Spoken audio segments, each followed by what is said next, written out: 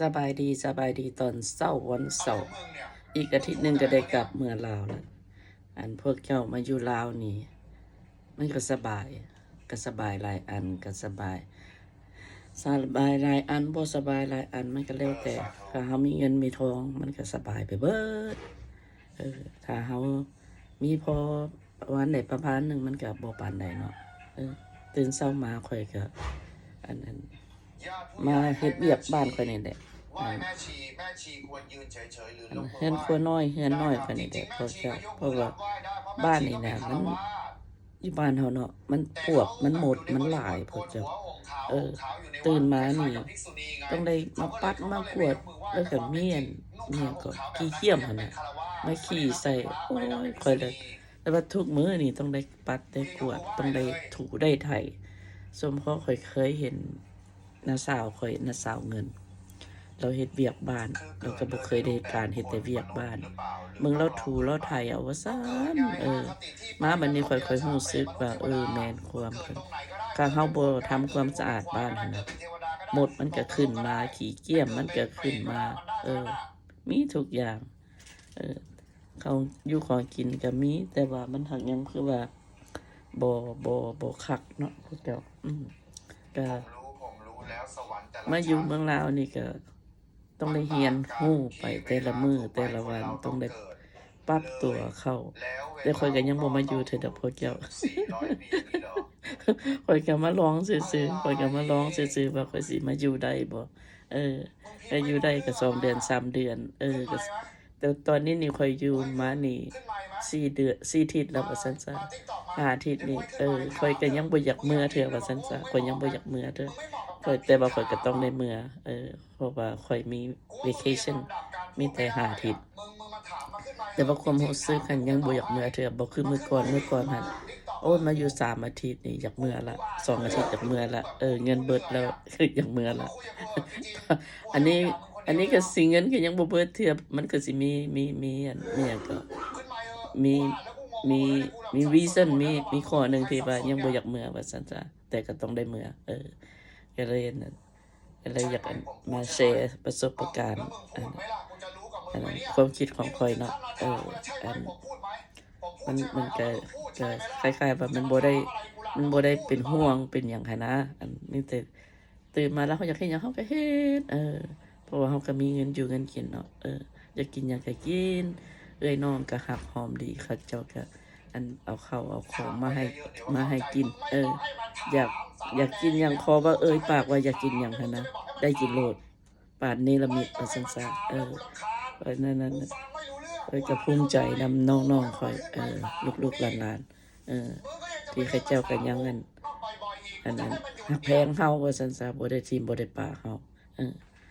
อันแต่ละมื้อข้อยก็มาเฮ็ดอันนี้แหละพวกเจ้าอันนี้มันเฮือนครัวน้อยข้อย อะไรประมาณนี้แหละเพราะว่าข้อยก็มักเฮ็ดอยู่เฮ็ดกินเนาะว่าเลยมื้อนี้ว่าสิเฮ็ดอ้อไก่อันนี้หมึกไหม้กำลังสิเฮ็ดกินอันนี้กำลังสิบดอันพักกินนี่ก็บักกล้วยข้อยก็ซื้อมาเมื่อวานนี้บักบัวเด้อันนี้ก็ตุน้อยๆสำหรับใส่อันหม้อข้าวอันนี้ก็แอร์ฟรายเออร์น้ำร้อนอันนี้นะก็บ้านข้อยก็ต้องได้กวดได้แปรงได้ปัดทุกละรอดเลยนี่พวกเจ้าแล้วอยู่ไหนอันนั้นตู้เย็นข้อยนี่ก็มีเท่านี้มันบ่อยากให้มันมีหลายอันนี้ก็เต็มก็บอกไม่เต็มก็ไม่ซื้อตู้เย็นใหญ่ก็ยังเต็มอยู่ยังเบียร์ลาวนี่จ้ะอันนั้นบนนั้นสลุงทั้งหลังสลุงนี่นะพระเจ้าไม่เตียนขี่กี่เกี่ยมได้ปัดได้กวดทุกมืออันนั้นทั้งเทิงนี่ก็คล้ายๆว่าไงแมงมุมพระเจ้าอันบ้านเฮาน้อยเท่านี้เขาพอมีแฮงเฮ็ดเท่านี้ก็ได้ก็ดีเท่านี้แหละเนาะพวกเจ้าคันใหญ่หลายก็ ได้ไปจ้างเขามาปัดมากวดเบิ่งเมื่อวานนี้ข่อยก็เสร็จแล้วเลยทางหลังหมาก็ขึ้นมาแต่ละมื้อโอ้ยเฮ็ดต้องได้เฮ็ดมันก็ดีไปแนวหนึงมันคล้ายๆว่าเขาบ่ได้ไปเหตุการณ์เฮ็ดหยังนี้เนาะนั่นก็อันนั้นหน้าบ้านหน้าบ้านอากาศก็ร้อนเดี๋ยวนี้มีแต่พอดี7 โมง 8 โมงเมื่อคืนนี้คือจะเป็นฝนตกหาออกมานะน้ำข้างลิ้นไหลลงมาแต่พุดก็อันนั้นก็หลานสายGood morning หลานสายมันมาไทยอากาศยามมื้อเช้าอันนี้นะต้นนั้นไม้ต้นอย่างก็น้องเคยหลานเคยเอามาปลูกใส่ไว้ให้อันนี้ก็เฮือนหลังใหญ่ยังบ่แล้วบ่ฮู้ว่ายามใดก็สิพยายามให้มันแล้วไวๆบ่ได้สั่นเถิดก็เอาสั่นลุมก่อนนี่ต้นมะพร้าวอันนั้นก็วัดพวกเจ้า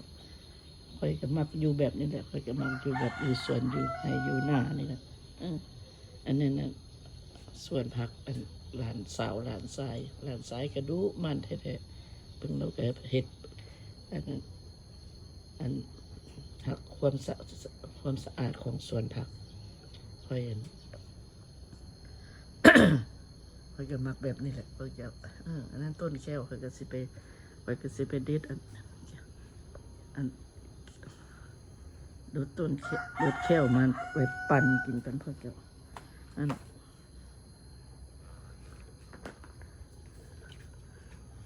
แก้วอันนี้แก้วที่บ้านเขากับนี้แก้วอันนี้ก็ได้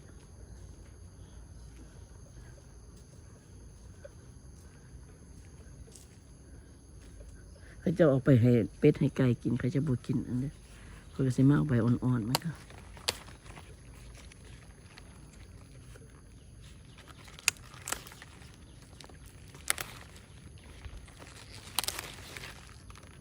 อันนี้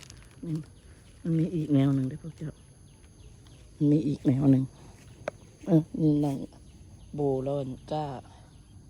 หัวตะก้าอย่างเขาบอกเคยเอาในบักมี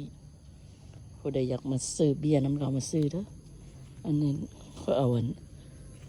แกนบักแกนเลมอนนะแกนบักนาวเหลืองมาให้เราปลูกมาให้เราก้ามาให้เราปลูกมาปลูก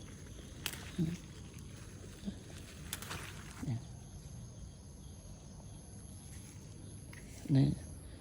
ต้นขี้หูด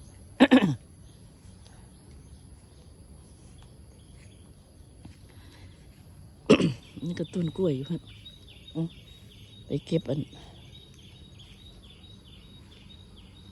เอาไปปั้นน้ำกินมื้อเช้ากันเขาเจ้าจังสิแหละนี่สวนผักน้อยของหลานสาวหลานชายมักเลยเพิ่นได้เห็นตื่นเช้ามากัน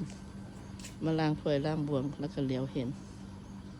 เบิ่งต้นหมกม่วงต้นเตี้ยๆนี่เนี่ยเขาจะเอามาปลูกไว้หน้าบ้านแล้วก็มีต้นบักเขียบก็เป็นหน่วยอยู่หน้าบ้านพูนแห่งหลายแบบนี้แหละอยู่ห้องครัวแล้วก็เลี้ยวเห็นเดี๋ยวเห็นส่วนพักนี่พอได้เปิดก็เห็น